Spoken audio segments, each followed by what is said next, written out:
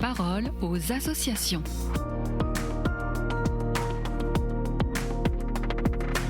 Bienvenue dans la parole aux associations. J'ai le plaisir de recevoir aujourd'hui Monseigneur Hugues de Voilemont, directeur général de l'œuvre d'Orient. Bonjour Monseigneur. Bonjour Alice, bonjour à tous. Aujourd'hui, on parle avec vous de l'Ukraine où vous venez de vous rendre. Oui, en effet, je rentre de 8 jours en Ukraine. Ce qui m'a frappé, c'est qu'il n'y a pas seulement la guerre, mais la manière dont la société vit sous la contrainte de la guerre menée par la Russie. La vie semble continuer normalement, en tout cas en apparence, mais en même temps, la nuit, les alertes nous obligent à descendre dans les abris. Les missiles et les drones russes frappent tout le territoire à l'ouest et particulièrement à l'est.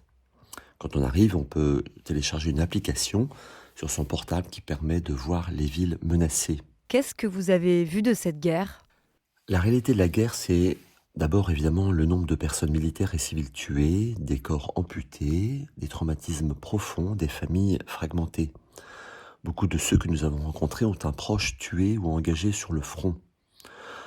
On le sait, nous sommes dans une guerre d'usure. La Russie ne parvient pas à l'emporter et l'Ukraine réussit à résister. Et quel est l'engagement de l'Église gréco-catholique sur place ?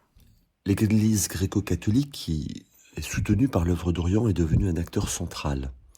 Elle agit concrètement, elle crée de nouvelles paroisses, elle ouvre des centres d'accueil pour des déplacés, elle apporte une aide humanitaire et également un soutien psychologique.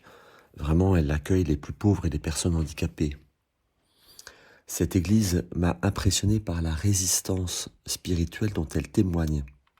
Car cette guerre, on le sait, est aussi un affrontement religieux. D'un côté, un modèle russe, où le religieux est mis au service de la puissance de l'État. De l'autre, une église ukrainienne qui insiste sur la liberté, la responsabilité personnelle et garde une distance avec le politique. Cet engagement d'ailleurs de l'Église gréco-catholique attire la croissance du nombre de fidèles, notamment adultes, traduit une recherche de sens dans une société ébranlée. Et comment envisagez-vous l'après-guerre ? En effet, l'Ukraine va sortir de cette guerre transformée. La société sera devenue très militarisée, marquée par la violence aussi, qu'on constate déjà, avec des fractures internes prévisibles entre ceux qui ont combattu et les autres. Un détail m'a marqué. On nous a rapporté que sur le front, des soldats lisent, comme pour préserver une liberté intérieure que la guerre ne peut pas atteindre. L'Ukraine ne se bat pas seulement pour son territoire, elle défend une idée de la liberté politique et religieuse, et de fait, une part de ce qui fonde aujourd'hui la sécurité et l'équilibre européen. Merci beaucoup, Monseigneur Hugues de Voilemont, pour ce partage important.